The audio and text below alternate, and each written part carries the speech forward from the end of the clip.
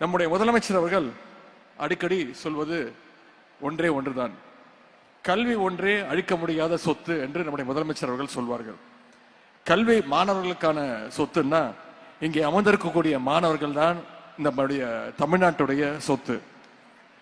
Last month, our Honorable Chief Minister invited Honorable Chief Minister of Punjab, Thiru Bhagawan Singh Mann, to join the expansion of the Chief Minister's breakfast scheme.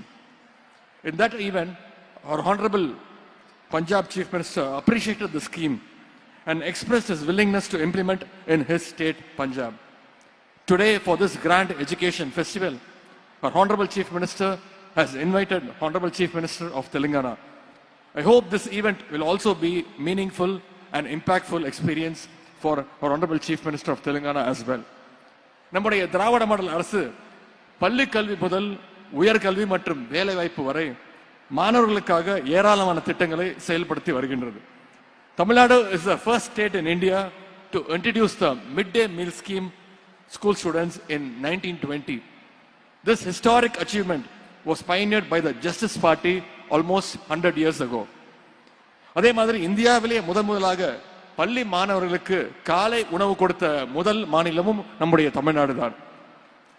வேலைக்கு காலைல சீக்கிரம் எந்திரிச்சு போற பெற்றோர்கள் காலைல சமைக்கிறதுக்கு நேரம் இல்லாம குழந்தைகளுக்கு டிஃபன் செஞ்சு கொடுக்காத ஒரு சூழ்நிலை இருந்துச்சு.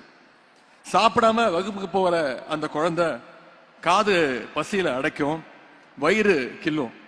அவர்களால் எப்படி அந்த சமயத்துல பாடத்தை கவனிக்க முடியும்னு பெற்றோர்கள் வருத்தப்பட்டது உண்டு. இன்னைக்கு அந்த பிரச்சனைகள் எல்லாத்தையும் நம்முடைய முதலமைச்சர் அவர்கள் தீர்த்து வைத்திருக்கிறார்கள். பள்ளி படிப்பை முடிச்ச பிறகு குடும்ப சூழல் காரணமாக மாணவர்கள் உயர்கல்விக்கு வராமல் இருந்துவிடக் கூடாதுன்னு தமிழ்நாடு அரசே கல்லூரி மாணவ மாணவிகளுக்கு புதுமை பெண், தமிழ் புதல்வன் போன்ற திட்டங்கள் மூலமாக மாதம் 1000 ரூபாய் கல்வி ஊக்கத்தொகையாக வழங்கி வருகின்றது.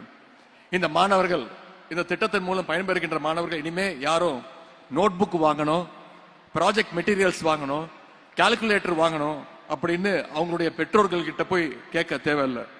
இது மாதிரியான பொருட்களை எல்லாம் நம்முடைய முதலமைச்சர் கொடுக்கக்கூடிய அந்த 1000 ரூபாயிலே தாராளமா வாங்கிக்கலாம். இந்த திட்டங்கள் வந்த பிறகு பள்ளி படிப்பு முடித்துவிட்டு உயர்கல்வி செல்லுகின்ற வாய்ப்பு இருந்தும் பொருளாதார சூழல் காரணமாக உயர்கல்வியை தொடர இயலாத கிட்டத்தட்ட 15,000 மாணவர்கள் இன்னைக்கு உயர்கல்வியில இந்த திட்டத்தின் மூலம் சேர்ந்திருக்கிறாங்க. அது மட்டும் இல்ல, மாணவர்களை வேலை வாய்ப்புக்கு தயார்படுத்துகின்ற வகையில நான் முதல்வன் திட்டம் செயல்படுத்தப்பட்டுள்ளது. படிப்புடன் வேலைகளுக்கான அந்த ஸ்கில்ஸையும் நான் முதல்வன் திட்டம் வழங்கிக் கொண்டு வருகின்றது.